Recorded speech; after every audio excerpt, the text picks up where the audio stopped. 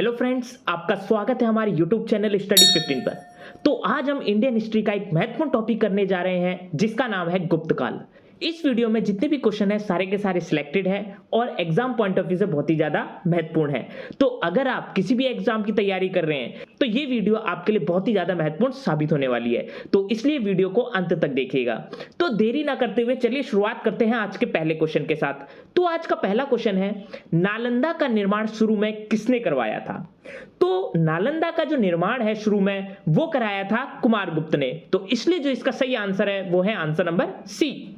आज का अगला प्रश्न, तांबे का सिक्का जारी करने वाला पहला गुप्त शासक कौन था?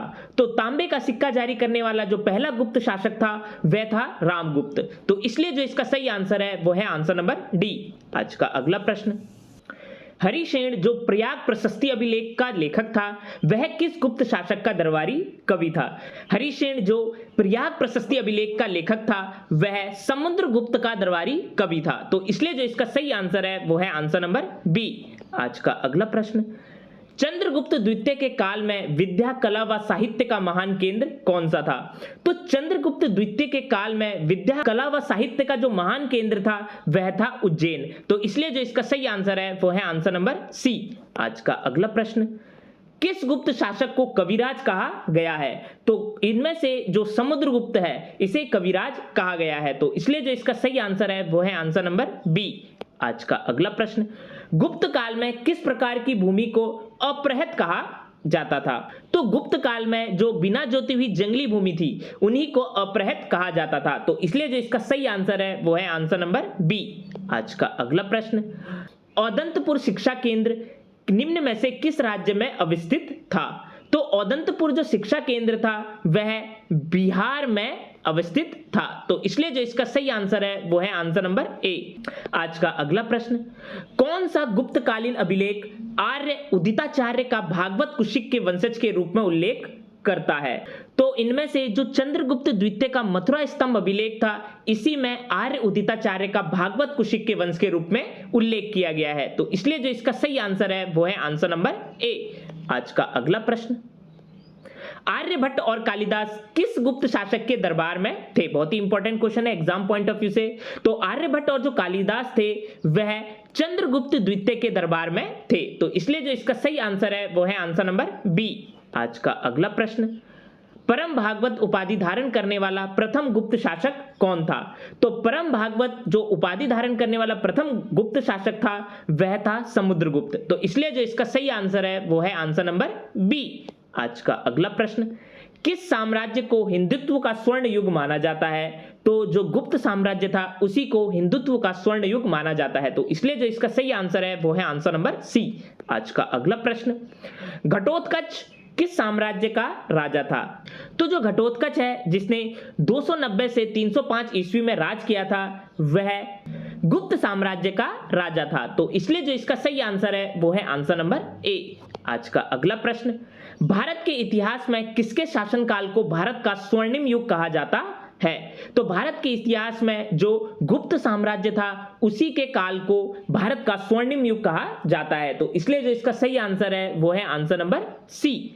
आज का अगला प्रश्न, गुप्त काल के दौरान चीन के किस यात्री ने भारत का भ्रमण किया था? तो गुप्त काल के दौरान जो चीनी यात्री था फाहियान, इसी ने भारत का भ्रमण किया था। तो इसलिए जो इसका सही आंसर है वो है आंसर नंबर बी। आज का अगला प्रश्न, पृथ्वीया प्रथम वीर उपाधि थी, यानी इसमें जो पृथ्वीया प्रथम वीर थी यह उपाधि किसे दी गई थी? तो पृथ्वीया जो प्रथम वीर उपाधि थी वह दी गई थी समुद्रगुप्त को। तो इसलिए जो इसका सही आंसर है वो है आंसर नंबर बी। आज का अगला प्रश्न, समुद्रगुप्त के प्रयाग प्रशस्ति वाले स्तंभ पर निम्नलिखित में से किसका लेख मिलता है? तो समुद्रगुप्त के प्रयाग प्रशस्ति वाले स्तंभ में जहांगीर का लेख मिलता है। तो इसलिए जो इसका सही आंसर है वो है आंसर नंबर बी। आज का अगला प्रश्न, चीनी तीर्थ यात्री जिसने 6ठी शताब्दी में भारत दर्शन किया वह कौन था?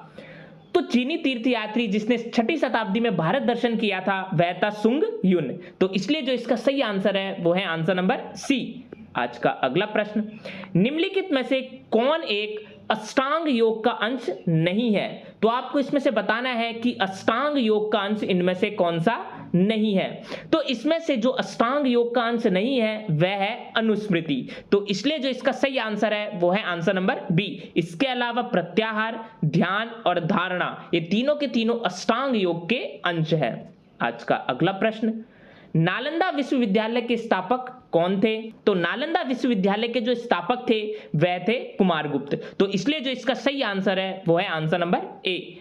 आज का अगला प्रश्न, प्राचीन भारत का नेपोलियन किसे कहा जाता है? Important question exam point of view से। तो प्राचीन भारत का जो नेपोलियन है वह कहा जाता है समुद्रगुप्त को। तो इसलिए जो इसका सही आंसर है वो है आंसर नंबर डी।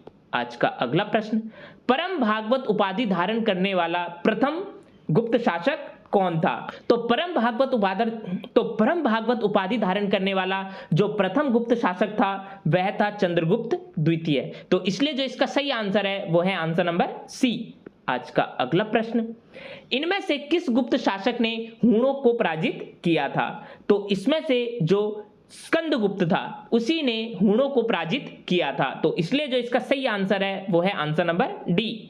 आज का अगला प्रश्न, चांदी के सिक्के जारी करने वाला प्रमुख गुप्त शासक कौन था? तो चांदी के सिक्के जारी करने वाला जो प्रथम गुप्त शासक था वह था चंद्रगुप्त द्वितीय। तो इसलिए जो इसका सही आंसर है वो है आंसर नंबर सी। आज का अगला प्रश्न, किसके शासनकाल के दौरान अजंता की गुफाएं निर्मित की गई थी? तो जो गुप्त शासनकाल था उसी के दौरान अजंता की गुफाएं निर्मित की गई थी। तो इसलिए जो इसका सही आंसर है वो है आंसर नंबर ए। आज का अगला प्रश्न, गुप्त साम्राज्य द्वारा निम्न में से किन्हें कर हरित कृषि भूमि प्रदान की गई थी? तो गुप्त साम्राज्य के दौरान इनमें से जो ब्राह्मण थे उन्हीं को कर रहित कृषि भूमि प्रदान की गई थी। तो इसलिए जो इसका सही आंसर है वो है आंसर नंबर सी। आज का अगला प्रश्न, गुप्त साम्राज्य के पतन के विभिन्न कारण थे। तो निम्नलिखित कथनों में से कौन सा कारण नहीं था? तो गुप्त साम्राज्य के पतन के विभिन्न जो कारण थे उनमें से जो कारण नहीं था वह था अरब आक्रमण। इसके अलावा प्रशासन का सामंतीय ढांचा, हूण आक्रमण और उत्तरवर्ती गुप्तों को बौद्ध धर्म स्वीकार करना, ये तीनों के तीनों क्या थे? गुप्त साम्राज्य के पतन के कारण थे। तो इसलिए जो इसका सही आंसर है वो है आंसर नंबर डी कि अरब आक्रमण गुप्त साम्राज्य के पतन का कारण नहीं था। आज का अगला प्रश्न, गुप्त काल में उत्तर भारतीय व्यापार निम्नलिखित में से किस बंदरगाह से संचालित होता था? Important question exam point of view से। तो गुप्त काल में जो उत्तर भारतीय व्यापार था वह ताम्रलिप्ति बंदरगाह से संचालित होता था। तो इसलिए जो इसका सही आंसर है वो है आंसर नंबर डी। आज का अगला प्रश्न, किस अभिलेख से ज्ञात होता है कि स्कंदगुप्त ने हूणों को पराजित किया था? इंपॉर्टेंट क्वेश्चन है ये भी। तो इनमें से जो भीतरी स्तंभ लेख था उसी से ज्ञात होता है कि स्कंदगुप्त ने हूणों को पराजित किया था। तो इसलिए जो इसका सही आंसर है वो है आंसर नंबर बी। आज का अगला प्रश्न, नालंदा विश्वविद्यालय की स्थापना किस गुप्त शासक द्वारा की गई थी? तो नालंदा विश्वविद्यालय की जो स्थापना की गई थी वह की गई थी कुमारगुप्त प्रथम द्वारा। तो इसलिए जो इसका सही आंसर है वो है आंसर नंबर ए। आज का अगला प्रश्न, गुप्तकालीन भारत में महत्तर और पट्टिकिल पदनाम किनके लिए प्रयुक्त होते थे? तो गुप्तकालीन भारत में जो महत्तर और पट्टिकिल पदनाम थे वह किए जाते थे ग्राम मुखिया के लिए प्रयुक्त। तो इसलिए जो इसका सही आंसर है वो है आंसर नंबर ए। आज का अगला प्रश्न, निम्नलिखित युग्मों में से कौन सा एक भारतीय षड दर्शन का भाग नहीं है? तो इनमें से जो लोकायत और कापालिक युग्म है यह भारतीय षड दर्शन का भाग नहीं है। इसके अलावा न्याय और वैशेषिक, मीमांसा और वेदांत और सांख्य और योग यह षड दर्शन के भाग है। तो इसलिए जो इसका सही आंसर है वो है आंसर नंबर सी। आज का अगला प्रश्न, लिच्छवी दोहित्र किसे कहते थे? इंपॉर्टेंट क्वेश्चन है ये भी। तो जो लिच्छवी दोहित्र है वह कहा जाता था समुद्रगुप्त को। तो इसलिए जो इसका सही आंसर है वो है आंसर नंबर डी। आज का अगला प्रश्न, कुमारगुप्त प्रथम के मंदसौर अभिलेख में निम्नलिखित में से किस श्रेणी का उल्लेख है? तो कुमारगुप्त प्रथम के जो मंदसौर अभिलेख है उसमें रेशम बुनकरों का उल्लेख है। तो इसलिए जो इसका सही आंसर है वो है आंसर नंबर बी। आज का अगला प्रश्न, सती प्रथा का प्रथम अभिलेखीय संदर्भ प्राप्त हुआ है? इंपॉर्टेंट क्वेश्चन है एग्जाम पॉइंट ऑफ व्यू से। तो सती प्रथा का जो प्रथम अभिलेखीय संदर्भ प्राप्त हुआ है वह हुआ है ऐरण से। तो इसलिए जो इसका सही आंसर है वो है आंसर नंबर सी। आज का अगला प्रश्न, गुप्त काल में वराहमिहिर ने प्रसिद्ध पुस्तक वृहत संहिता की रचना की, यह किस विषय पर आधारित प्रबंध था? तो गुप्त काल में जो वराहमिहिर ने प्रसिद्ध पुस्तक वृहत संहिता की रचना की थी, यह थी खगोल विज्ञान पर आधारित। तो इसलिए जो इसका सही आंसर है वो है आंसर नंबर बी। आज का अगला प्रश्न, महरौली में जंग रहित लौह स्तंभ किसने स्थापित किया था? Important question exam point of view से। तो महरौली में जो जंग रहित लौह स्तंभ था वह स्थापित किया था चंद्रगुप्त द्वितीय ने। तो इसलिए जो इसका सही आंसर है वो है आंसर नंबर सी।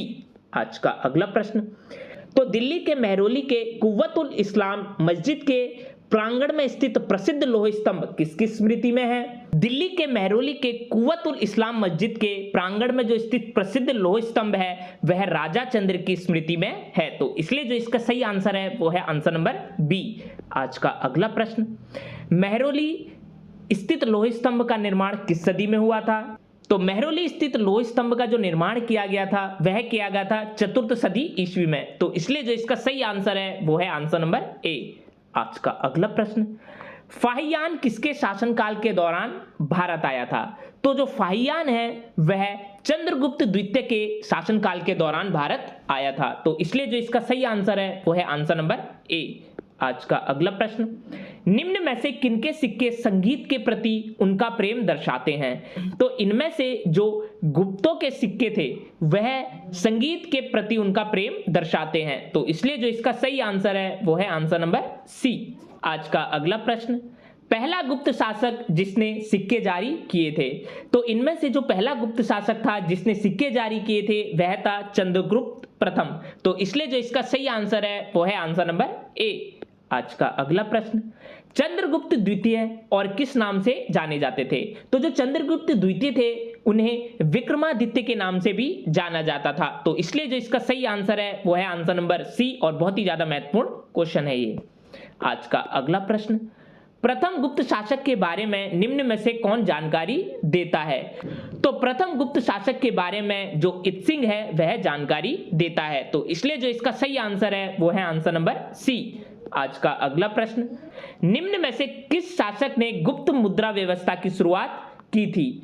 तो इनमें से जो चंद्रगुप्त प्रथम थे उन्हीं ने गुप्त मुद्रा व्यवस्था की शुरुआत की थी। तो इसलिए जो इसका सही आंसर है वो है आंसर नंबर ए। आज का अगला प्रश्न, गुप्त काल में निम्न में से कौन एक कृषिकर नहीं था? गुप्त काल में इनमें से जो कृषिकर नहीं था वह था कर। तो इसलिए जो इसका सही आंसर है वो है आंसर नंबर ए। इसके अलावा भाग, शुल्क और हालिवाकर यह कृषिकर थे। तो आज का अगला प्रश्न, गुप्त पूर्व काल में निम्न में से कौन ऊनी वस्त्र उत्पादन का एक प्रमुख केंद्र था? तो गुप्त पूर्व काल में इनमें से जो ऊनी वस्त्र उत्पादन का एक प्रमुख केंद्र था वह था गांधार। तो इसलिए जो इसका सही आंसर है वो है आंसर नंबर डी। आज का अगला प्रश्न, त्रिमूर्ति की अवधारणा का उदय हुआ? तो जो त्रिमूर्ति की अवधारणा का उदय हुआ था वह हुआ था गुप्त काल में। तो इसलिए जो इसका सही आंसर है वो है आंसर नंबर सी। आज का अगला प्रश्न, निम्न में से किसने अपने बारबरा गुफा अभिलेख में अपने पिता को सामंत चूड़ीमणि के नाम से उद्धृत किया है? इंपॉर्टेंट क्वेश्चन है एग्जाम पॉइंट ऑफ व्यू से। तो इनमें से जिसने अपने बारबरा गुफा अभिलेख में अपने पिता को सामंत चूड़ामणि के नाम से उद्धृत किया था वह था अनंत वर्मन। तो इसलिए जो इसका सही आंसर है वो है आंसर नंबर डी। आज का अगला प्रश्न, निम्नलिखित में से किस गुप्त राजा का एक अन्य नाम देवगुप्त भी था? इंपॉर्टेंट क्वेश्चन है ये भी। तो इनमें से जिस गुप्त राजा का एक अन्य नाम देवगुप्त भी था तो वह था चंद्रगुप्त द्वितीय। तो इसलिए जो इसका सही आंसर है वो है आंसर नंबर ए। आज का अगला प्रश्न, निम्नलिखित में से कौन सी निधि गुप्त सिक्कों की सबसे बड़ी निधि थी? तो इनमें से जो बयाना निधि थी वह गुप्त सिक्कों की सबसे बड़ी निधि थी। तो इसलिए जो इसका सही आंसर है वो है आंसर नंबर ए और ये इंपॉर्टेंट क्वेश्चन है काफी। तो ये थे गुप्त साम्राज्य से रिलेटेड टॉप 50 मोस्ट क्वेश्चंस जो आपके आने वाले एग्जाम्स के लिए बहुत ही ज्यादा महत्वपूर्ण है। तो अगर ये वीडियो आपको अच्छी लगी तो जाकर हमारे चैनल को सब्सक्राइब करिए और लाइक के बटन को दबाना ना भूलिएगा।